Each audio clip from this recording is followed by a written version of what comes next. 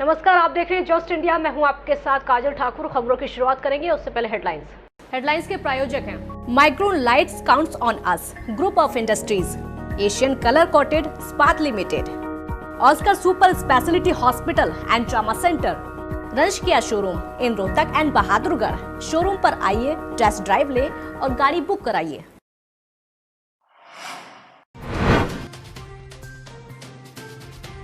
हरियाणा में जारी है कोरोना का कहर। रोहतक में हुई कोरोना से पहली मौत, तो सिरसा में एक साथ मिले 28 कोरोना संक्रमित।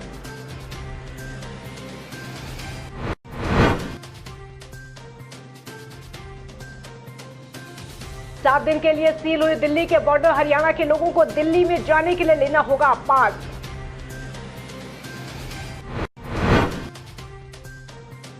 गृह मंत्री अनिल विज ने जारी किए नए दिशा निर्देश। प्रदेश की सभी सीमाओं को खोलने के लिए आदेश। सीमाओं पर रहेगी नजर।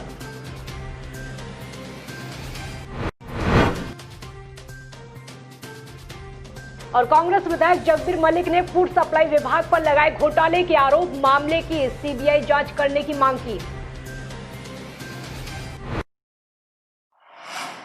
अनलॉक 1.0 में पहुंच गए हरियाणा में कोरोना को मात देने की दर भी बढ़ाई गई है। हालांकि हरियाणा में कोरोना के मरीजों की जो संख्या है लगातार बढ़ रही है। पिछले 10 दिनों में राज्य में कोरोना मरीजों की संख्या दोगुनी हो गई है, लेकिन मरीजों के ठीक होने की दर भी लगातार बढ़ रही है। राज्य में अब तक मिले 2202 मरीजों में 1051 मरीज ठीक हो गए हैं। अभी 1113 लोगों का अस्पताल में इलाज चल रहा है। हरियाणा में 111 नए मरीजों की पुष्टि हुई है, तो 77 और लोग भी ठीक हुए हैं। तो रोहतक में कोरोना से संक्रमित व्यक्तियों की आपको ये बता दें, लगातार संख्या बढ़ती जा रही है और रोहतक में पहली मौत कोरोना की वजह से हो चुकी है। राज्य में कोरोना से मरने वालों की संख्या 27 हो गई है। एनसीआर में लगातार बढ़ रहे मामलों से हरियाणा में 10 दिन में संक्रमितों का आंकड़ा दोगुना हो गया है। 21 मई को 1000 मरीज थे, जो 31 मई को बढ़कर 2000 के पार हो गए। 50% से ज्यादा मामले अकेले गुरुग्राम और फरीदाबाद में हैं। दिल्ली से सटे सोनीपत, झज्जर, पलवल और नूह में कोरोना अब काफी हद तक काबू में दिख रहा है। गुरुग्राम में जितनी तेजी से संक्रमण फैल रहा है, उतनी ही तेजी से संक्रमण को हराने वालों की संख्या भी बढ़ रही है। गुरुग्राम में 60 और मरीज ठीक होकर घर लौटे हैं, तो फरीदाबाद में 15, सोनीपत में 2 मरीज ठीक हुए हैं।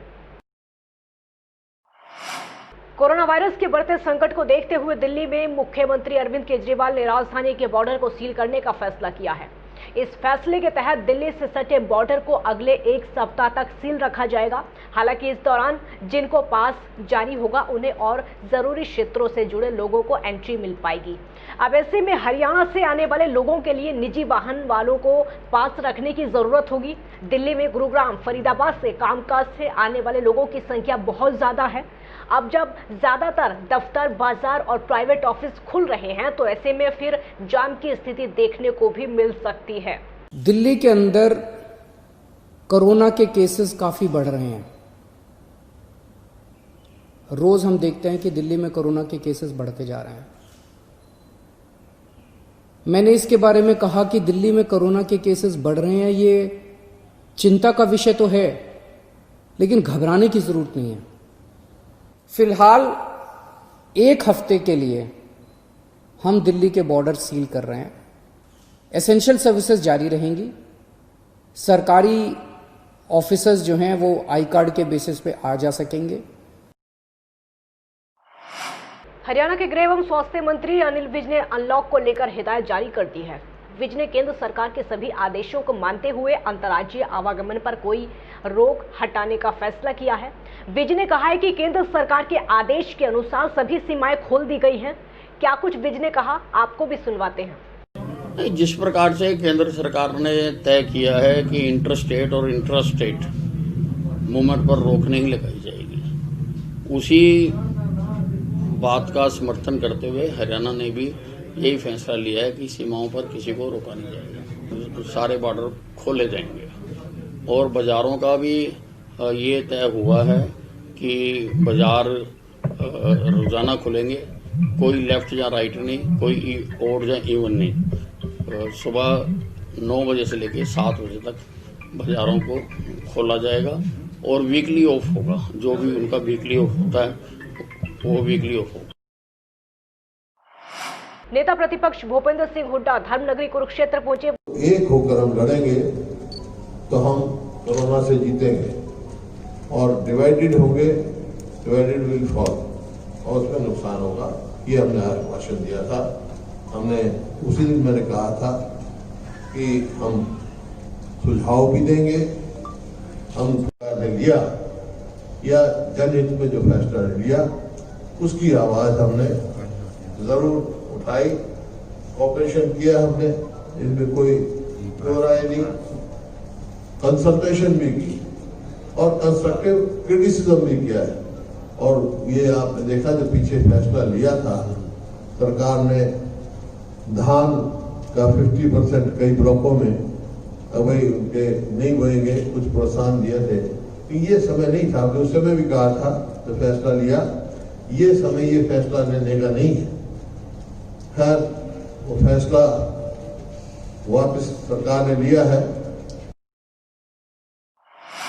कांग्रेस नेता रणदीप सुरजेवाला ने जींद के सभी सरकारी अस्पतालों में पीपीई किट, N95 मास्क और तमाम सामान बांटे। सुरजेवाला ने कहा कि हम नरवाना और उचाना में डॉक्टरों के लिए ये सहयोग कर चुके हैं।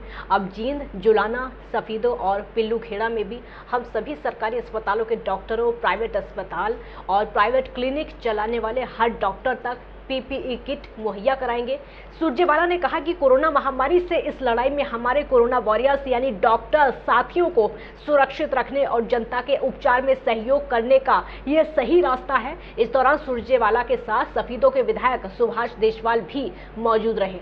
कुरुक्षेत्र जिले में कांग्रेस के सब साथियों ने ये एक मुहिम शुरू की है कि मनुष्य सेवा ही ईश्वर की असली सेवा है। कोरोना महामारी के इस काल में हर व्यक्ति ने अपने अपने तरीके से इस जंग के अंदर प्रदेश और देश में अपनी अपनी हिस्सेदारी दी है।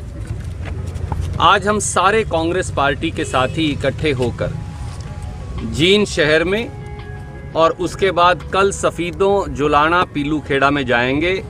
नरवाना और उचाना हम कवर करके आए हैं। गोहाना के विधायक जगबीर मलिक ने फूड सप्लाई विभाग के अधिकारियों पर घोटाले के आरोप लगाए हैं। मलिक ने मामले में सीबीआई या फिर विजिलेंस विभाग से इस मामले की जांच की मांग की है। मलिक ने अपनी मांग पत्र मुख्यमंत्री मनोहर लाल और उप मुख्यमंत्री दुष्यंत चौटाला को भी भेजा है। और इतना ही नहीं, मलिक ने गृह मंत्री के नाम भी एक पत्र लिखा है जिसमें फूड सप्लाई विभाग के अधिकारियों पर घोटाले के आरोप लगे हैं।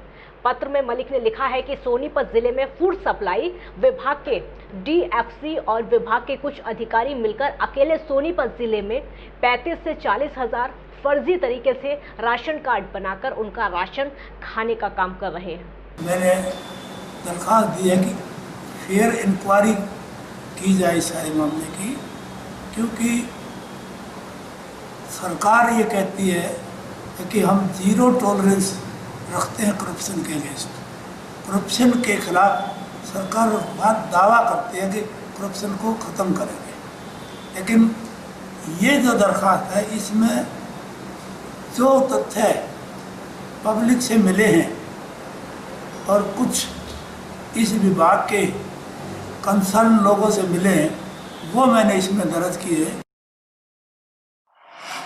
अनलॉक पार्ट 1 का आज पहला दिन है और 1 जून से यानी आज से ही रेलवे ने 200 ट्रेनें चलाने का फैसला किया है। ऐसे में यमुनानगर रेलवे स्टेशन पर पहुंची पहली यात्री ट्रेन जन शताब्दी अमृतसर से हरिद्वार के लिए चलाई गई, जिसमें यमुनानगर से हरिद्वार को जाने वाले 4 यात्री थे और 22 यात्री इस ट्रेन से सफर करके यमुनानगर पहुंचे थे।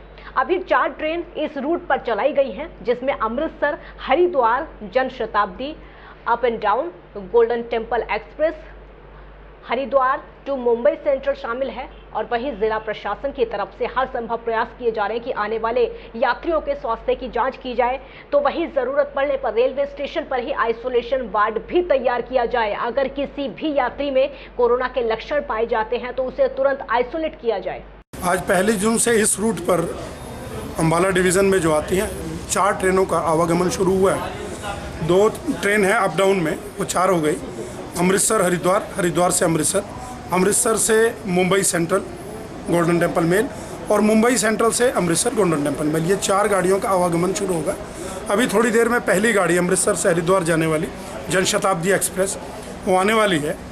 आज से ये काम शुरू हो रहा है और पूरे पुख्ता इंतजाम जो है जिला प्रशासन के द्वारा, रेलवे प्रशासन के द्वारा कर दिए गए हैं। पहले की तरह ही एंट्री और एग्जिट गेट तो अलग से बनाए हुए हैं। यहाँ डॉक्टरों की टीम वगैरह आई हुई है, एम्बुलेंस वगैरह का इंतजाम है और टीटी वगैरह भी, जिनकी सीटें कन्फर्म हैं वही लोग जा सकते हैं। हाँ, तो उनको टीटी वगैरह चेक करके अपना गाड़ियों में भेजने हैं। तो फर्स्ट डे है, सिर्फ 4 ही आदमी की टिकट कन्फर्म है वही जाएंगे। हाँ, उनकी डॉक्टरों की टीम द्वारा चेकअप किया गया है। नारनौंद में आज all India Haryana power corporation worker union सब यूनिट द्वारा केंद्रीय कमेटी के आह्वान पर बिजली बिल के विरोध में काला दिवस मनाया गया, जिसकी अध्यक्षता सब यूनिट प्रधान रामदिया शर्मा ने की। इस दौरान रामदिया ने कहा कि विरोध मीटिंग के माध्यम से आम जनता से इस विधेयक के खिलाफ एकजुट होकर लड़ने की अपील की है। और वहीं कर्मचारी नेता रोहतास शर्मा का कहना है कि बीजेपी की सरकार पूंजीवाद को फायदा पहुंचाने के लिए बिजली बिल 2020 ला रही है। अगर ये बिल लागू हुआ तो देश में बिजली तंत्र पूरी तरह निजी हाथों में होगा, जिसके परिणाम स्वरूप बिजली बिलों में भारी बढ़ोतरी होगी और हर प्रकार की बिजली सब्सिडी खत्म हो जाएगी। किसानों, आम लोगों, घरेलू उपभोक्ताओं की पहुंच से बाहर हो जाएगी। इस विधेयक से आम जनता का नुकसान और पूंजीपतियों का फायदा होगा, जिसका खामियाजा गरीब जनता और किसानों को भुगतना पड़ेगा। कमेटी के आह्वान पर जो बिजली विधेयक 2020 पेश किया जा रहा है, उसके विरोध में आज की जो हम विरोध गेट मीटिंग करें और आज का हम काले दिवस के रूप में इसको मनाया जा रहा है, क्योंकि सरकार चाहती है कि सभी महकमों को प्राइवेट किया जाए। परंतु आप सभी को पता है कि जब हमारा देश आज़ाद हुआ, बिजली, शिक्षा, सफाई, सिंचाई, स्वास्थ्य, ये सभी विभाग जनता की भलाई के लिए बनाए गए थे। लेकिन 1991 में जब से नरसिम्हा राव सरकार आई, अमेरिका की नीतियाँ लागू कर दी और सभी सरकारी महकमों को बेचना शुरू कर दिया। खबरों के प्रायोजक थे Pramod trading company, tiles, sanitary ware, Ghanipura, Jhajjar road, Rohtak.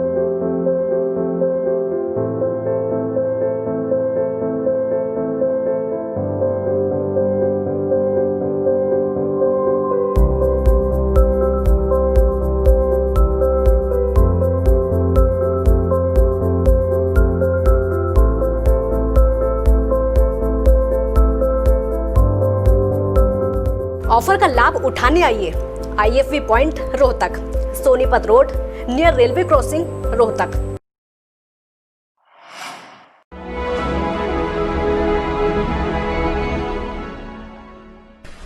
चाचा, आपने नया घर बनवाया है तो घर की छत पर कौन सी शीट लगवाई है? बेटा, मैंने अपने घर की छत पर एशियन शीट लगवाई है, क्योंकि वो कभी न मिटने वाले ओरिजिनल निशान की चादरें हैं। साथ में ISI का चिन्ह, 5 साल की वारंटी के साथ साथ पैसों का सही मूल्य देने वाली वही इकलौती शीट्स हैं। क्योंकि नाम नहीं, पहचान जरूरी है।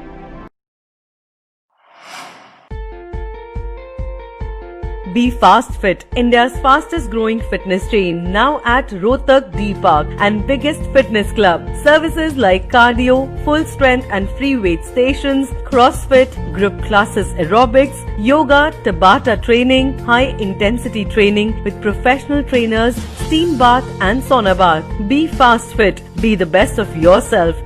Right to addition reserve. खबरों में फिलहाल इतना ही। देखते रहिए जस्ट इंडिया। नमस्कार।